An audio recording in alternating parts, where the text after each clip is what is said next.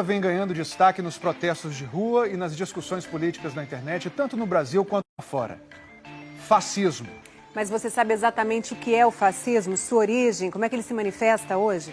O Fantástico conversou com especialistas para você entender melhor essa história toda.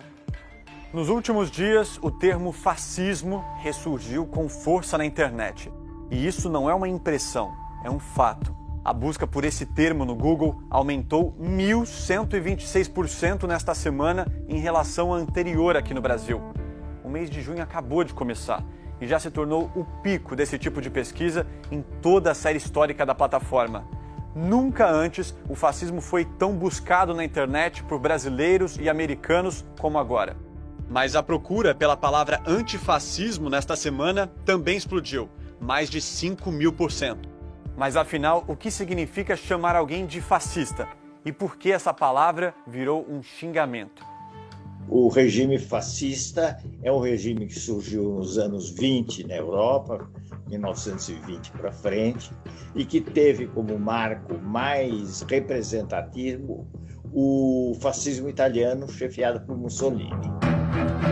Naquela época, a Itália vivia uma crise, saindo da Primeira Guerra Mundial, e os ânimos estavam bastante exaltados. O povo queria uma solução para melhorar a economia, diminuir o desemprego, e Mussolini era o líder que dizia ter soluções fáceis para tudo isso daí. O fascismo apareceu para impor a ordem, supostamente para impor a ordem, para recuperar os valores tradicionais. Só que ele criou milícias, agrediu adversários. O fascismo glorifica, mitifica uma pessoa, que é o comandante. O líder se apresenta como a personificação desse modelo ideal de cidadão, um ídolo. Totalmente populista, absolutamente populista. Muitas vezes olha para um passado distante e vê naquele passado um tipo ideal, a perfeição da nacionalidade. E por isso o líder, que seria o símbolo dessa nação, se acha o dono da verdade, numa tentativa de convencer as pessoas a não buscarem outras opiniões. Mussolini tem sempre a razão. A tentativa de silenciar oponentes políticos, a tentativa de criar um mundo onde as pessoas são divididas entre amigos e inimigos. Como se o mundo fosse dividido entre os que concordam e os que discordam. O fascismo não suporta a diversidade e, por isso, tanto controle. Ele busca controlar a política, a cultura, busca controlar os indivíduos. Então ele tem jornais que ele controla, que censura ou simplesmente suprime, e é um regime altamente repressivo com relação aos seus opositores.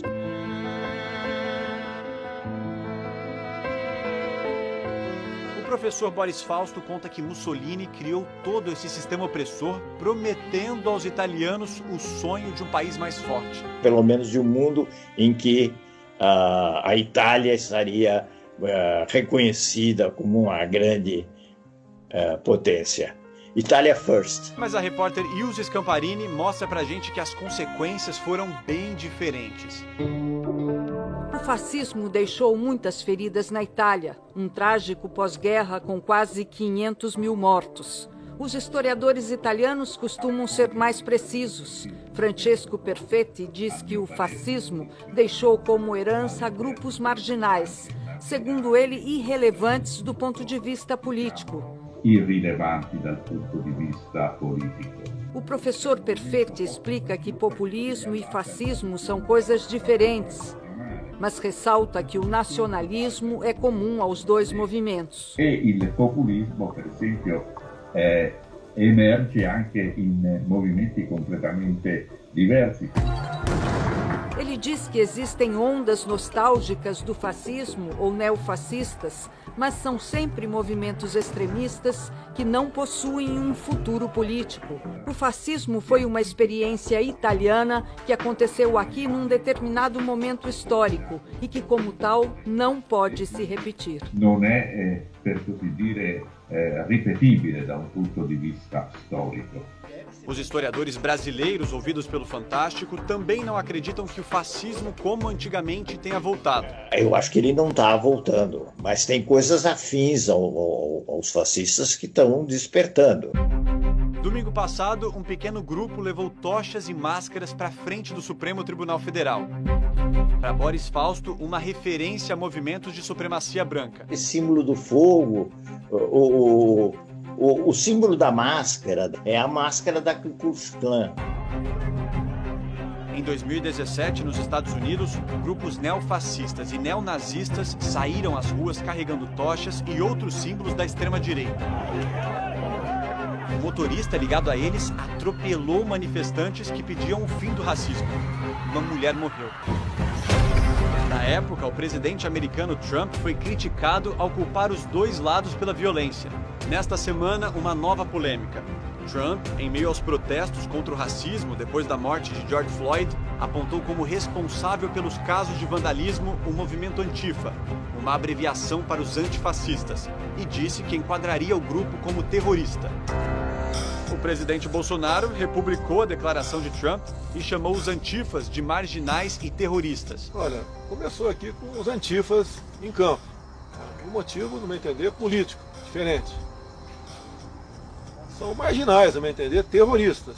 Na semana anterior, Bolsonaro tinha postado um vídeo com uma frase usada por Benito Mussolini, o líder fascista que prometeu aos italianos a glória, mas que levou o país a uma crise ainda mais grave e a derrota na Segunda Guerra Mundial. Não se pode retroceder no direito de expressão, né? E no direito de divergir, não pode se retroceder na existência das instituições. O fascismo, se a gente pode buscar uma definição bem simples, é o discurso do ódio. A história nos ensina que o ódio como política não é solução para nenhum problema. O diálogo é muito importante para que a gente consiga avançar nas pautas democráticas e evitar com que o fascismo renasça.